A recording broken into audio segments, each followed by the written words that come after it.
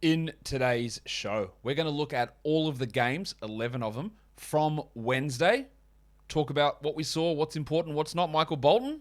Thanks, Josh. It's Michael Bolton here, and it's time for another episode of the Locked On Fantasy Basketball Podcast. Let's get to it. Let's get to it, indeed. You are Locked On Fantasy Basketball, your daily fantasy basketball podcast, part of the Locked On Podcast Network.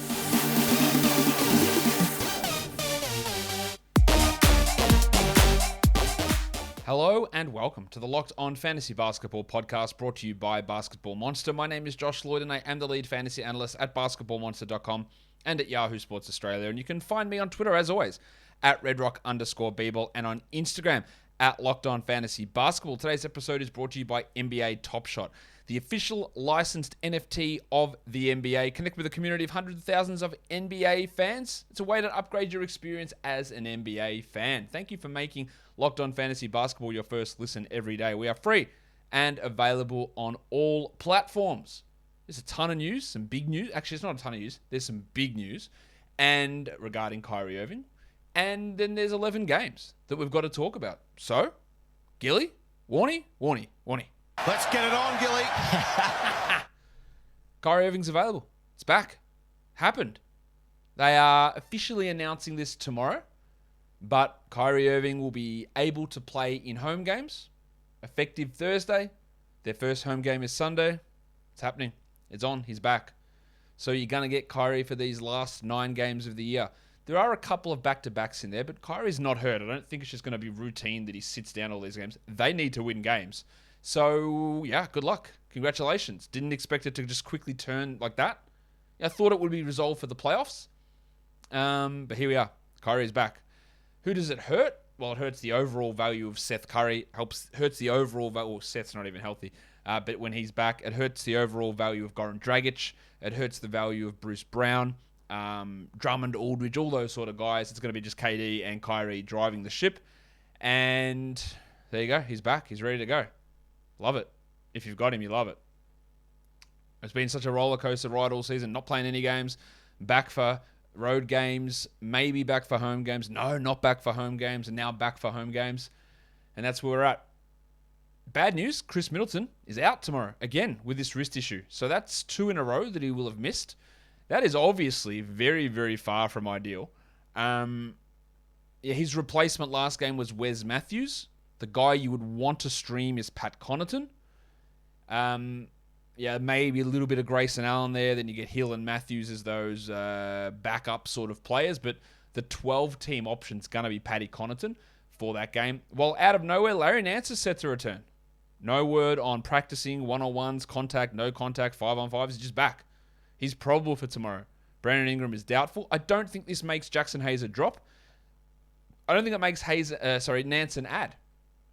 But if you're desperate, they got 3 games in 4 nights coming up. Nance is not going to play all of those. He'll play 2 of them, I would guess. But maybe some steals, assists, out of position assists and rebounds you can get from Nance. Doubt he gets over 20 minutes, so maybe he gets 40 minutes total for the rest of the week, which is all right, though. I wouldn't rush to grab him. I think you'll find better guys out there, but it is surprising and impressive that he is coming back and ready to play. Also, there was a video of Zion Williamson dunking. Maybe there's a chance he returns. I wouldn't rush to grab him. He'll be so limited in minutes and games when he does play that it's not going to be worth it. But after Sham said, no, he's not coming back, then there's this video of him throwing through the leg, windmill-type dunks in his Instagram story. So that was pretty intriguing to see that.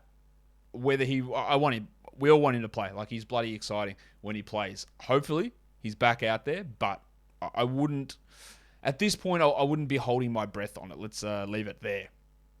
And let's bring it now to talk about game 1 of the day. It was the Atlanta Hawks not only losing to the Detroit Pistons, but getting thoroughly smashed.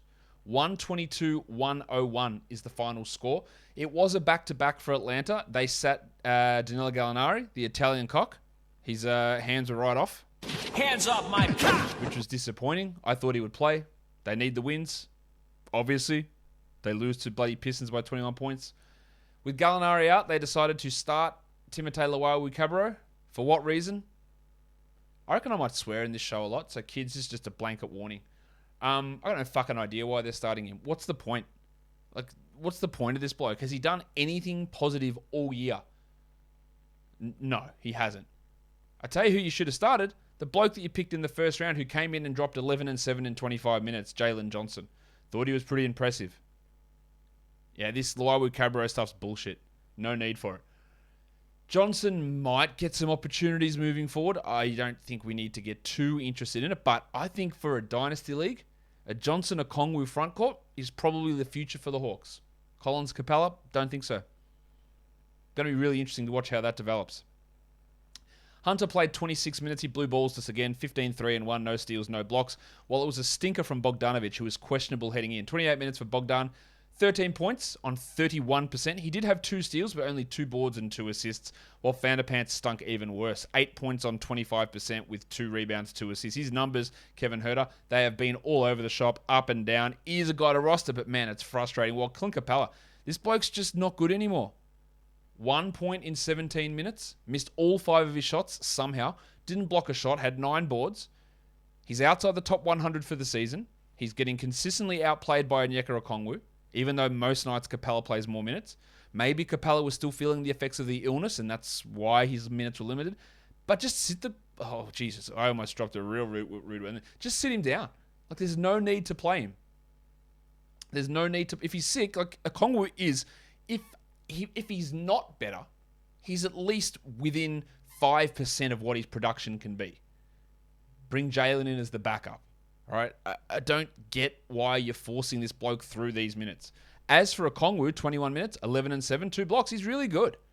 I don't think he's a 12-team league ad, unfortunately, because of the minutes cap, but he's really good.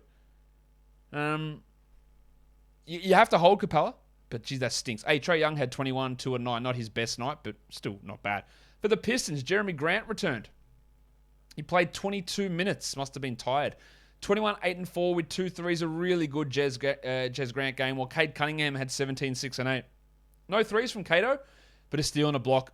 He continues to be great. He's a top 30 player over the last 2 weeks. Kelly Olynyk only played 18 minutes, and that's with Isaiah Livers out. Had 16 points on 9 shots, which is obviously ridiculously efficient. You can stream Olynyk in on low-volume nights, but on some of these nights, he's just not going to play very much. Like, if Livers played, does Olynyk even get on the court? Like, I'm not sure. Alf Stewart played 23 minutes. Is that you, Mr. Stewart? Well, who the hell else do you think it'd be? Get in here, you pair of flaming galahs. 8 and 10 with a steal and a block. Not his best, but still hovering around 12-team value. Marvin Bagley played 28, and this is real Bagley areas, this one. 13, 6 and 0, but he had 2 steals and then shot 31 from the field. Actually, you know what? It's not entirely Bagley line, because he went perfect from the line. The minutes are up, which is good, but 2 games ago they were in the toilet. But with Grant probably going to sit at least 3-4 more games this year, at least, Bagley does have some value, I would say. Corey Joseph came back. For some reason they started him. I've got no idea. He played 18 minutes, but at least they gave those minutes to Killian Hayes. 33 for Killian, 13, 8 and 5, a steal and a 3. The last 2 games are the building blocks as to why I thought he was a top 3 player in that draft. Now, clearly, I was wrong on that. Very clearly. But this is what we've seen the last 2 is why I thought it. Just so you don't think that I'm fucking insane thinking, man, Killian Hayes, why did you think he was good? Like, the last 2 games, we're seeing it. Very good defense. Very strong passing. Good rebounder. The scoring starting to come on. There is something here with him to be a solid, if not solid backup, but maybe a back-end starter. He's at least turning into now for a fantasy stream option for 12-teamers. If he's going to play 30 a night, fingers crossed he does. But if he is, there is something there with the way that he has improved his game. It might be just a short-term hot streak, but it's definitely happening at the moment. Who hates free trials? We love the free trials because it sounds good. It's free. But then they get you. It's like a scam. It just keeps going and they take the money and you don't even realize it's happening. Well, Truebill is that new app to help. That's how you go. It's a helping app. A help. I don't know what I'm saying anymore. Helps you identify and stop paying for subscriptions that you don't need, want, or simply forgot. On average, people save up to $720 a year with Truebill, and because companies make subscriptions hard to cancel, Truebill makes it incredibly simple. Just link your accounts, and Truebill will cancel your unwanted subscriptions in one tap. And your Truebill concierge is there when you need them to cancel unwanted subscriptions so you don't have to. My old mate Matty B says, in a matter of seconds, I saved $660 for the year on my DirecTV bill. I saved $120 for the year on my Sirius XM bill and saved $840 dues a year on car insurance. Don't fall for subscription scams. Start cancelling today at truebill.com/lockedonnba. Go right now. That's truebill.com/lockedonnba. It could save you thousands a year. truebill.com/lockedonnba. Who's heard of NBA Top Shot?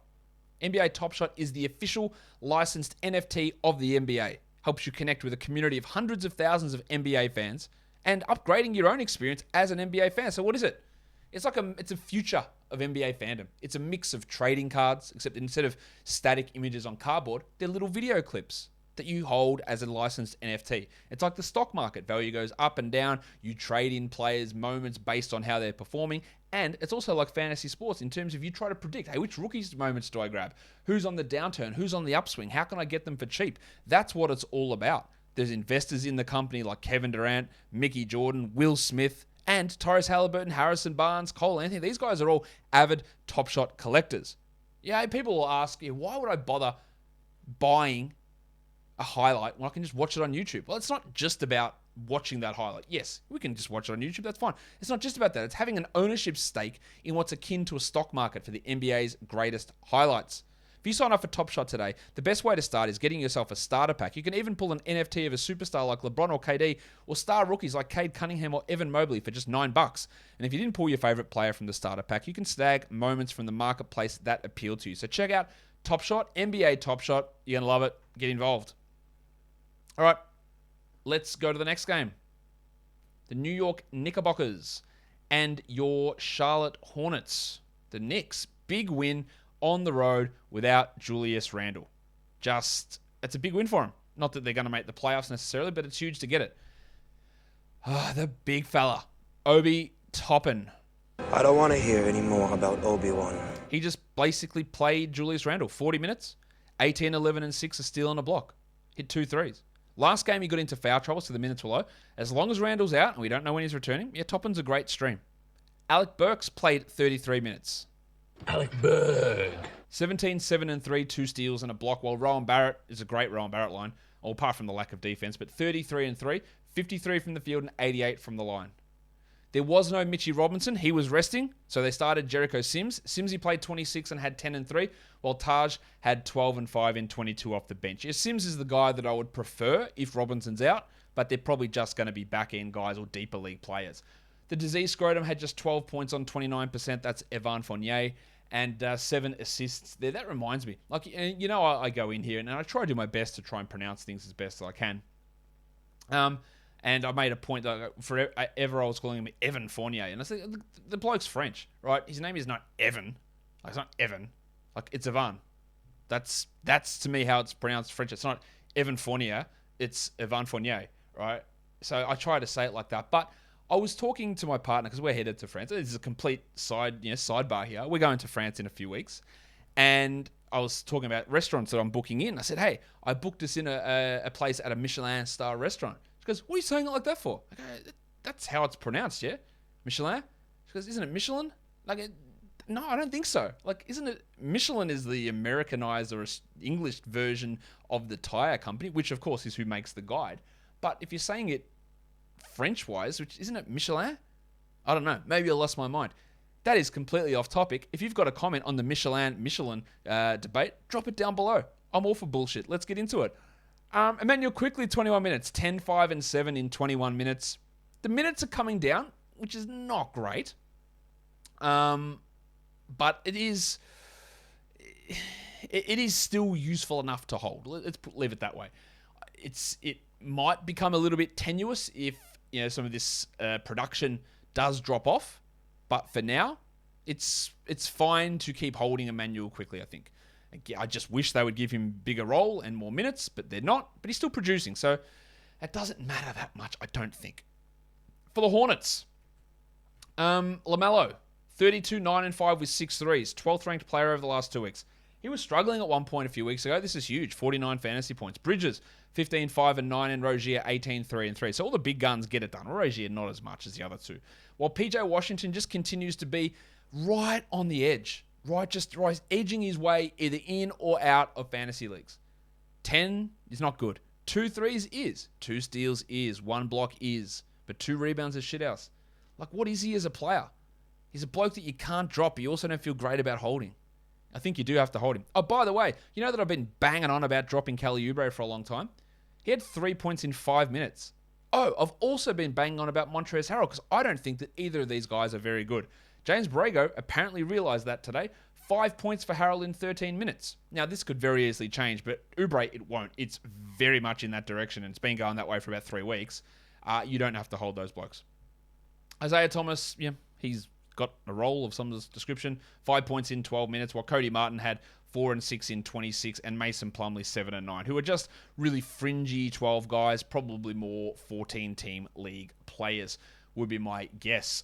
Let's go on to Game 3. The Sacramento Kings and the Indiana Pacers. Shout out to Buddy Hield for getting the victory for the Kings in the end. Not a problem that he plays for the other team. It's actually a huge win for both teams. It's a huge win for Hield by gifting his former team the win. I don't know what I'm saying anymore. The Kings win at 110-109 after Hield dribbles it off his foot towards the end of the game. He did it earlier in the game as well. There was no Fox. I don't think there's going to be any Fox as we move forward. Davion Mitchell, 38 minutes, 25, 1 and 7, 2 triples. This is why I said, like, if you did want to add him, don't be dissuaded by the fact that they had 2 games at the start of the week. Look at what the current schedule is. And if you had have added Mitchell, you would have realized, yes, he would have supplanted one of your guys and given you extra production. Now there's only one more game in the final 4 days for the Kings. So now the decisions become harder. If you haven't added Mitchell, it's a much harder move to make right now to get 1 game. When you could add 3 games from a Pelicans player or 3 games from a Wizards player. And even if it's a shit bloke like, a shit player like Corey Kispert, you might get 90 minutes versus 35 minutes. And that's the difference there, right? Damian Jones, 12 and 6, a steal and a block. Absolutely a 12-team league guy. But if you didn't add him for today, is it worth it outside of streaming on that Friday? Friday? No, Saturday. That's probably where it sits. Trey Lyles lost minutes to Chimezie Metu. Thank God for once, finally. 22 for Lyles, 11, 3 and 2, while Metu had 22, 5 and 1 with a steal and a block. That's obviously not realistic for Metu to continue to do, and I think there'll still be backs and forwards with those minutes between those 2 blocks. While the pencil, Harrison Barnes. Barnesy. 11 and 5 with 2 steals. I think at the moment he's worse than what Mitchell is and worse than what Jones is as fantasy guys. So I was dropping a Kings player. It's probably Barnesy over those 2. It probably is. The big Ragu played 31 minutes, 11, 6 and 8. If it didn't shoot 27 from the field and 60 from the line, it would have been a ripping game. I like that the minutes are going up and Justin Holiday's going down. Don't know why it took this long, but I like what it's doing. And for next week, it's great. 4 games. So we're looking at Mitchell. We're looking at Jones. We're looking at DiVincenzo. We may be looking at Metu. But we don't know that yet. Because it's going to depend on whether you have the ability to add them or when you add them. Look, adding them for Saturday is great. And then holding them through the 4 games next week. That's pretty sick. For the Pacers, Hield played 37 against his former team, 25, 3 and 7, 4 steals and a block. Just a fantastically well-rounded line. Revenge game, you say? Well, Tyrese Halliburton had 13 points on 29% shooting, so I'm going to say no. Halliburton had 15 assists with 3 steals and a block, so it got some other numbers there, had 54 fantasy points, and just basically doing what he's been doing. There was no Jalen Smith in this game. No Malcolm Brogdon, as he was resting. I'm not tired. We'll see whether Brogdon's back tomorrow. They play again tomorrow. And then Isaiah Jackson returned from concussion, came off the bench, played 7 minutes, and left because of a headache. I would think it's very, very doubtful that Jackson plays tomorrow. So, fire up your Gogas. 20 and 9, a 111. You know that I've liked this bloke for all. Hey, by the way, he's a top 35 player over the last 2 weeks. He's 22 years old. I don't think that he's got a future starting in Indiana. I think he is a future NBA starting center. The Red Rooster played 29 minutes, 13 and 7 for Terry Taylor, while O'Shea Brissett went back to being a bad shooter. At least he grabbed 10 boards, but 10 points on 9 shots is rough. And my man Justin Anderson stunk. 5, 5 and 4 on 25%. He will go back to the bench you would expect when or if Malcolm Brogdon returns. There's no Brogdon, there's no Duarte. Who knows if they're going to play tomorrow. That is, I would expect Jackson doesn't, but I think those other guys might. But yeah, who bloody knows at this point? Everything is so up in the air with what these teams are doing with rotations. But what's not up in the air is that BetOnline is the place for college basketball. The tournament is rolling along. Who's your pick to win it? I don't know who mine is. But the tournament is absolutely rolling along. Let's see what games we've got on Bet Online. So if we go to Bet Online, we can have a look at some tournament games on there. Kansas is a 7.5-point favorite over Providence. Well, considering I don't know anything about the college basketball at this point, about the relative strengths of the team, or maybe let's look at this. UCLA at North Carolina. North Carolina's 2.5-point underdogs. Hubert Davis, I like him. Used to like him as a player. Maybe let's go with North Carolina, 2.5-point favorites. Is that asinine for me to pick that one? Well, regardless, you can check it all out on Bet Online, the latest odds, contests, and player props. BetOnline.net is your number one source for all of your sports betting needs and info. It remains the best spot for all of your sports scores, podcasts, and news this season. And it's not just basketball. BetOnline is your continued source for all of your sports wagering information needs, including live betting and your favorite Vegas casino games. So head to the website today or use your mobile device to learn more about the trends and the action. BetOnline is where the game starts. Fourth game.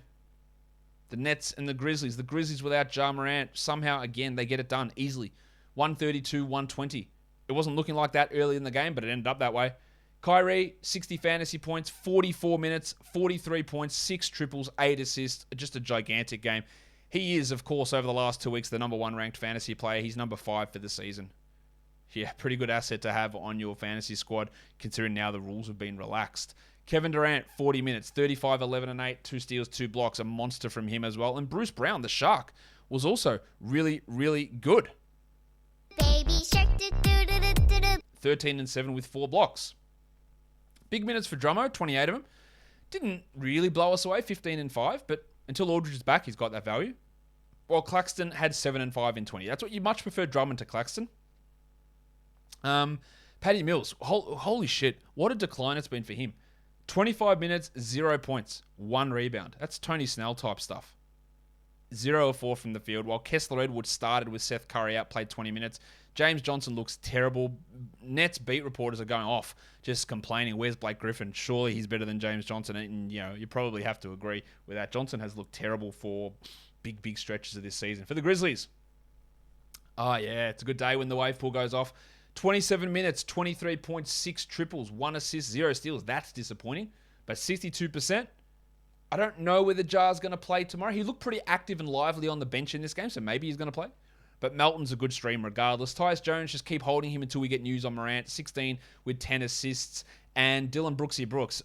This bloke. 21 points on 21 shots. Like, the bloke cannot handle himself. Usage of 27%, highest on the team. How does it fit in when Morant's there? We still really haven't seen it. Well, Des Bane's out here dropping 23 points on 17 shots with 6 triples and 5 assists. Like, the stark difference between these two blokes, yet there's the opposite stark difference in Brooks' mind as to who should be getting the shots. Jaren Jackson, 13 and 5 with 4 blocks. And by the way, Dylan Brooks should still be on rosters. Brandon Clark, 14 and 10 in a good little role there for him, while Zaire Williams got hurt but was able to return to the game. So good news there for Zaire. The next one, wow, what an ass-kicking this was. The Boston Celtics, they are, how do I phrase this? Non-Phoenix Suns division. The Celtics are the best team in the NBA at the moment. Non-Phoenix Suns division. They're just killing teams. I think they've won 21 of their last 23. And look, the Jazz come in and they say, don't worry about it, we're going to smack you. And they do. It's actually amazing what they're doing. 125-97. Far out. Don Mitchell wasn't the problem, really. 37 and 6 with 2 steals. Good numbers. Gobert, 14 and 11, 30 minutes only. O'Neal had 2 steals and 2 triples. And Mike Conley, 9, 4, and 3. Another rough shooting night from Conley. He's still got to hold him, but the shooting's rough. They decided, instead of starting Juancho Hernangomez, a non-NBA caliber player, they started Eric Paschall, a non-NBA caliber player. Paschall is a guy, remember he had that little burst as a rookie on that bad Warriors team, and everyone was frothing him, and I don't like him as a player. And he's done nothing since then. He played 25 minutes, he had 11 points, he shot 33%. He's just not very good, and him getting minutes is not worthwhile. While Hernangomez, Jared Butler, and Nickeil Alexander-Walker were all out of the rotation. Trent Forrest returned. He played 16 minutes. He was bad. Rudy Gay was worse. 0 of 6 for 0 points in 16 minutes. Just honestly, some horrendous stuff from that Jazz bench. And Clarkson didn't help. 10 points on 33% with 2 steals. But the Celtics, the Rock DJ came back. Rock DJ. 25 minutes, 12 and 10, 2 steals and 4 blocks. That is just sexy shit. 43 fantasy points as well, while Tatum only played 29 minutes, but had 26, 3 and 3. And Big Al Horford, 9, 6 and 3 with 3 blocks and 3 triples. Just great peripheral fantasy stuff. Marcus Smart only played 27 minutes. I think Smart's gone under 30 minutes for his last 4 games, which is something to watch. He had 13 assists with 5 points, while Jaylen Brown, 26, 3 and 5. Pretty good game from Jaylen, but no defensive stats. Peyton Pritchard, another big game for the relative minutes that he's playing. 18 minutes, 11 points with 3 threes and 2 steals. His ability to hit threes at the moment, he's becoming a reliable 3-point streamer. While Maximum Derek played 31 minutes because of the blowout, and he had 10, 3 and 5. They've got one more game this week. It's not until Sunday. So if you want to drop, if this is your finals, you got 4 days to go and they don't play for 3 of them, there's absolutely no way you're holding on to Derek White. But even some of these guys, like maybe Marcus Smart's a drop, maybe you wouldn't want to drop Williams or Tatum or Horford. Maybe you do. If you can get 3 games out of someone, is that worth what Williams brings? You have to look into that. It might be worth it. It might not. But they don't play again until Sunday now, the Boston Celtics. This next game, there's a little bit to talk about in this one as Miami goes down to the Warriors, 118-104. This is the second loss in the last week where the Heat have taken on teams who have rested all of their stars and got beaten. They last lost to the Sixers without Harden and Embiid. And now the Warriors were without Steph, without Clay, and without Draymond. And they lose 118-104. And there was I tweeted out that there was almost a punch on it, but no, there wasn't. There wasn't a punch on. When I say a punch on, I mean a heated argument. And the fact that Udonis Haslem is coming to Jimmy Butler, hey, do you want to go out the back? I'll beat your ass. That's pretty close to almost a punch on, I would say. When one teammate is telling the other one, let me take you out the back and kick the shit out of you. I reckon that's pretty close. And Eric Spoelstra is telling Jimmy Butler, what are you going to do? Are you going to fucking fight me? I reckon that's getting close to a punch on. It's obviously not. No one's squaring up. No one's throwing hands. But if those two things are happening at the same time, I don't know what's going on with this team. Bam Adebayo said, this is what happens all the time. Boys, practice. This is, it's we're getting fired up. Yeah, is it though? I don't know.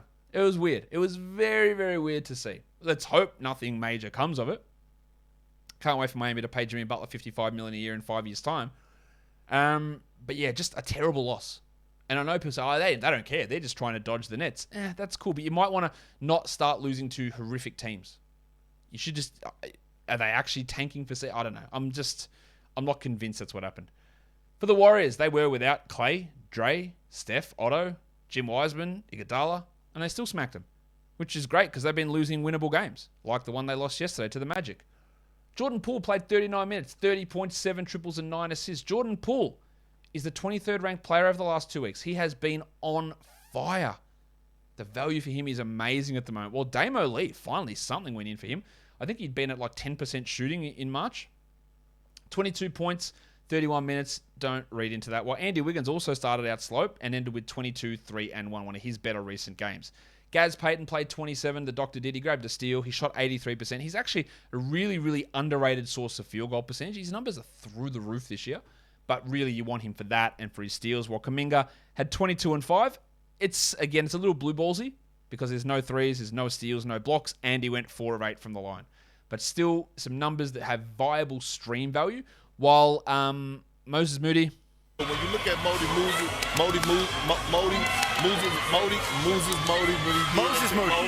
Moody went scoreless in 17 minutes. He had a block.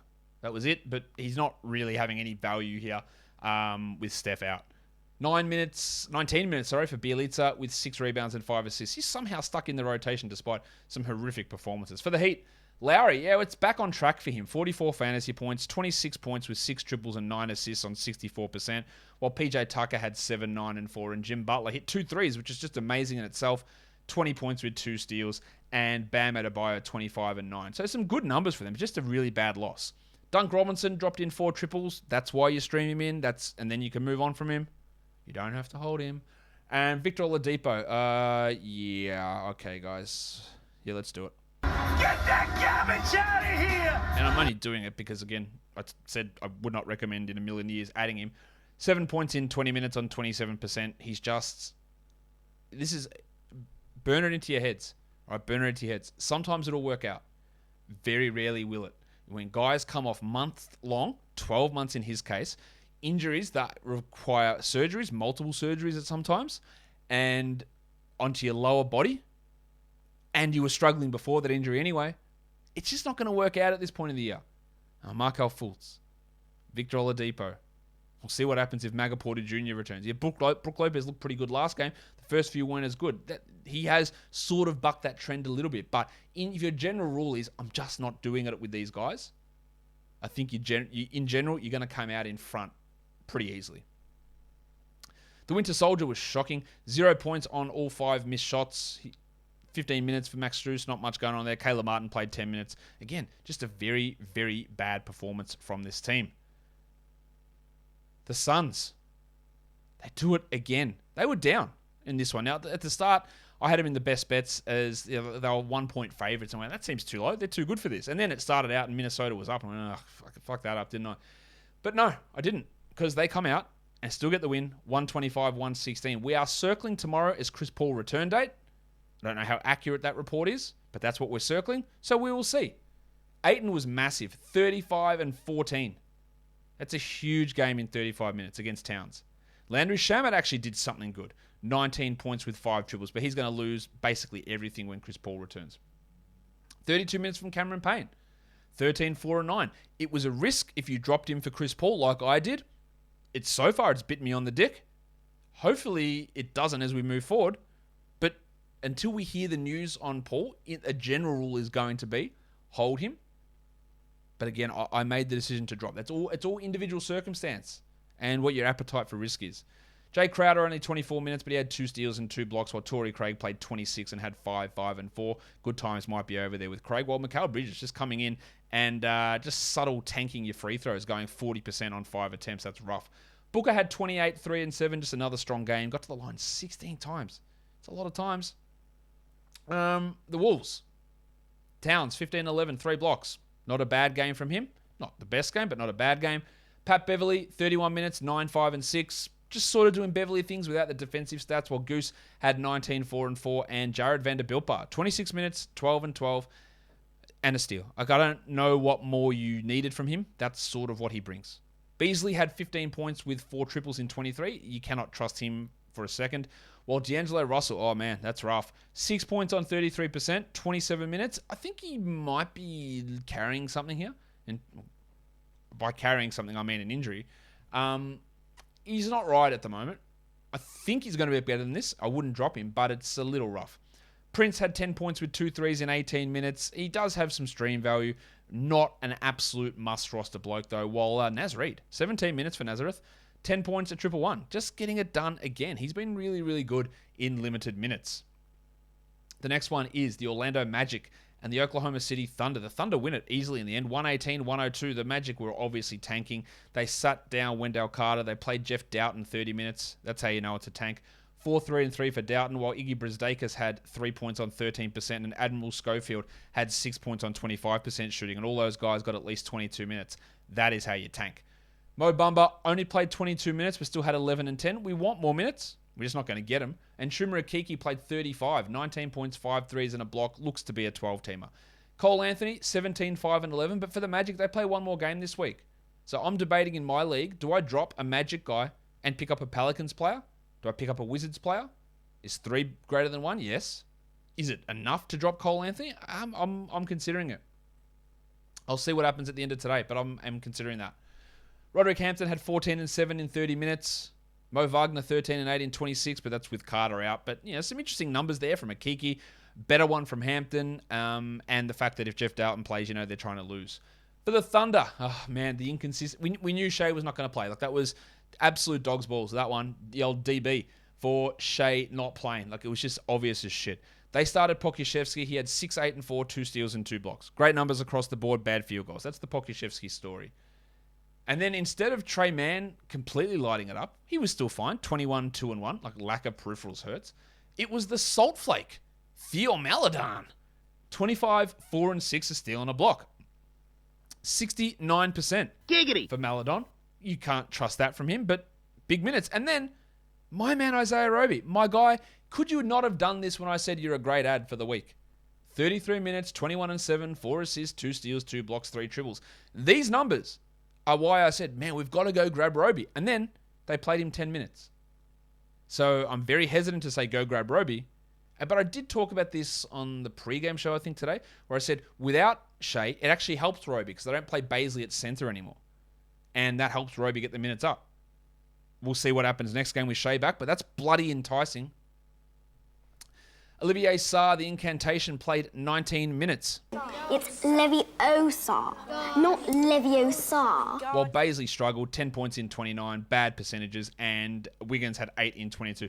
Aaron Wiggins shouldn't be sniffing the dick of a 12-team league. He's nowhere near it, not even close to me. 8 points in 22 minutes, 246th over the last 2 weeks in 28 minutes. Should not be in that area. Hey, big shout out to Vic Krejci as well. 12 and 11 with 4 threes in 27 minutes. He's actually been ranked better than what Aaron Wiggins has over those last 2 weeks. So you're not going to use him, but maybe on a low volume day, he does become somewhat of a streamer.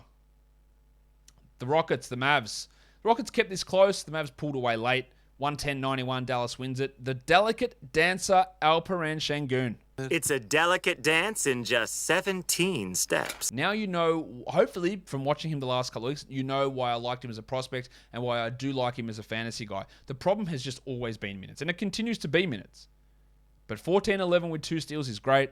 36 fantasy points is great.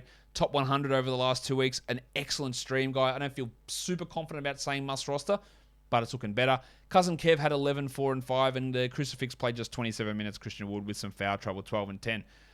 We had 11-0-1 from Schroeder, so his value as an assist streamer died. Jayshawn Tate had 13 and 5. Jalen Green stunk, 8 points in 32 minutes. And Eric Gordon was worse, 2 points in 23. Just pretty disappointing stuff. Also disappointed to see KJ Martin play just 18 minutes for 3 points. Just a really poor performance. Interesting game from Gary Bird. Garrison Matthews had 2 steals and 3 blocks. You don't expect that, but he's doing nothing else. 2 points, and he's been actually horribly poor the last, month maybe? Like really nowhere near what he was to start the year. For the Mavs, there was no Doncic, so Dinwiddie started. Had 26, 4, and 6 in 34 minutes. Culture and environment is massive. It's something that's very hard for us to judge for fantasy, but it's clearly night and day versus where he was in Washington, where he is now. Yes, he's going to have ups and downs, but that is just a huge game. Brunson was also great, 28, 4, and 3, while Dwight Powell's hot run continues. Dwight Powell's a top 75 player over the last 2 weeks. He had 13 and 7 here. If you need rebounds and field goal percentage with some steals chucked in, Powell is an option. Finney Smith had 14 and 5, while Kleber didn't block any shots and didn't hit any threes, so that really hurts. And Bullock was bad, 5 on 8 shots, 25% shooting with 2 steals. You can still stream him for threes, but that's probably what you should be considering Reggie Bullock as at this stage. Let's go to the next game. The San Antonio Spurs up against the, who are they? Against the Portland Trailblazers. That's who it was. Huge win for the Spurs. Not really a surprise. 133-96 they win. DeJounte 28, 6, and 7 with 3 threes. Another excellent game from him. While Pirtle, who'd been really down on blocks, had 6 of them. 16 and 9 in 24 minutes. Keldon Johnson had 26 and 4 in his 28, and Vassell had 16, 4, and 5 with 2 steals. This is all well and good. They play one more game for the rest of the week. So if you did drop Vassell, you wouldn't add him after this. Maybe you'd hold for that one more game. But like a Josh Richardson 15-point, 2 steal, 3 triple performance, I wouldn't add because he's got one more game. Trey Jones had a really weird line. 8 rebounds, 9 assists, 1 steal, and 2 blocks, but shot poorly. It was just, but the opponents are horrendous. And that helps boost their overall numbers. But some good to see them getting those numbers, but I'm not really sure how much it means as we move forward. For the Blazers, Jesus, it's just disgusting, the shit that's getting rolled out here. They did decide to bench Brandon Williams for Chris Dunn. Like, sure. Dunn played 25 minutes, so don't really know how that changed anything. 9, 5, and 3 with 2 steals. Just still consider him like a steals and assist streamer. While Brandon Williams, I just don't think this guy's good.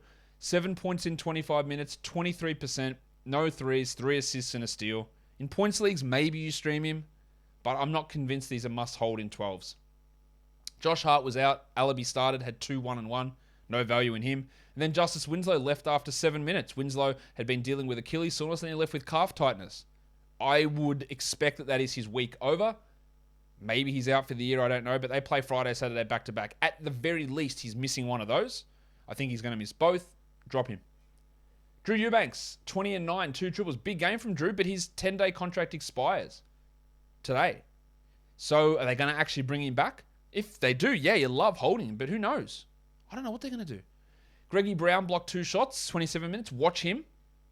Just watch. Maybe there's some block stream, maybe more later on. And then Macklemore, another good scoring night. 23 points on 78%. That's really efficient. That's 2 big ones in a row from Benny. I don't think you can really trust that at all. Given this team, there's just so much nonsense going on right across the board that everything that happens, you got to take with a grain of salt, basically. Let's do the last game of the night. The Philadelphia 76ers, they do get the win over the Lakers. 126-121. Probably a little bit closer than it should have been. Embiid had 30 and 10 with 3 steals and 3 blocks. Another huge fantasy night from him. While Maxey played 38 minutes, 21, 5 and 7. Pretty good efficiency as well, 57%. Nice game. He's had a couple of duds, but nice game there. Jimmy Harden, not quite at his best. I don't think he's ever going to be back to his best, to be honest. 24, 7 and 7. 9 of 10 from the line is great. 39 from the field is not. He did have a trip to the locker room. Looked like he hurt maybe his knee, the back of his leg. He returned. We want to watch that one, of course. Well, the thick hogsman. He's back to being thick. Tobias Harris. I think I am a TH. T to the H. Yeah, TH for life. 20 and 7 with 5 assists. He's going to be up and down. We know that. It's a good game. Thibault stinking again. 22 minutes. That's the problem, is the minutes. He still had 2 steals and a block. But, what else? Like, after that, what else do we get? There's nothing else there, and they're really limiting his playing time. Niang's getting time. Korkmaz's back in the rotation. 20 minutes for Shake Milton. He's a streamer for defensive stats, or just a real specialist there. That's it. For the Lakers, there was no LeBron, no Horton Tucker, so the lineups are weird. 35 minutes for Stan Johnson. He had 13 points, had a lot of points early, and ended with 8 assists, which is a bit fluky. Dwight Howard had 24 and 8 in 28 minutes. Again, that's the factor of LeBron not being there. Malik Monk played 32 off the bench and had 23 points with 2 steals. We love it. Do we trust him to get the minutes next game when LeBron's back? I'm not sure. Mallow had 20 and 7. Good stream for today, but with LeBron returning, his minutes have been dropping way down. Wenyen Gabriel blocked 2 shots and had 9 boards. I like the upside there, but the only bloke who really didn't elevate his game was Westbrook. 24, 9 and 8. 50% from the field, 40% from the line. And that 50% from the field was rescued late. He hit a couple of late shots to get that number up, while Austin Reeves, who'd been playing well, he stepped back while Monk and Anthony and Johnson all stepped up. Reeves had 4 points in 29 minutes with 2 steals. Nothing too exciting there. But again, it's all because LeBron's out. Could you take a flyer on Monk? Maybe. But it had been trending down horribly. I wouldn't bother with Stan Johnson. I wouldn't bother with Dwight Howard. There's just too much inconsistency with those guys. And I just have to think that some of the results that we got today it's just because LeBron was out, really. I don't really know what other reason there would be for it. On to the lines of the night. Your monstrous is Kyrie Irving. The waiver wire line of the night is Obert Toppin. The young gun is LaMelo Ball. And the dud of the night is Clint Capella. Your top 10 players in category leagues. Number 1, Kyrie Irving. Then Kevin Durant, Deandre Ayton, Bud Hield, LaMelo Ball, Jordan Poole, Donovan Mitchell, Kyle Lowry, Obi Toppin, and Teo Maledon.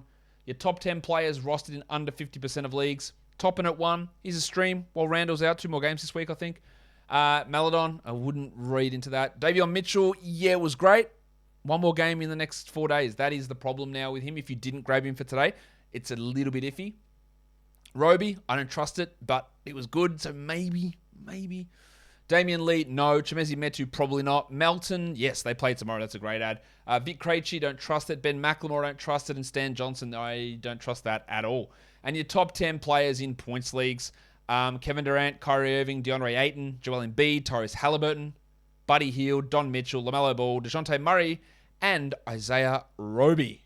And that will do it for me today. Don't forget to follow this podcast on Apple Podcasts, Google Podcasts, Stitcher, Spotify, and on the Odyssey app. If you are here on YouTube, thumb it up, leave your comments down below, guys. We are done here. Thank you so much for listening, everyone. See ya.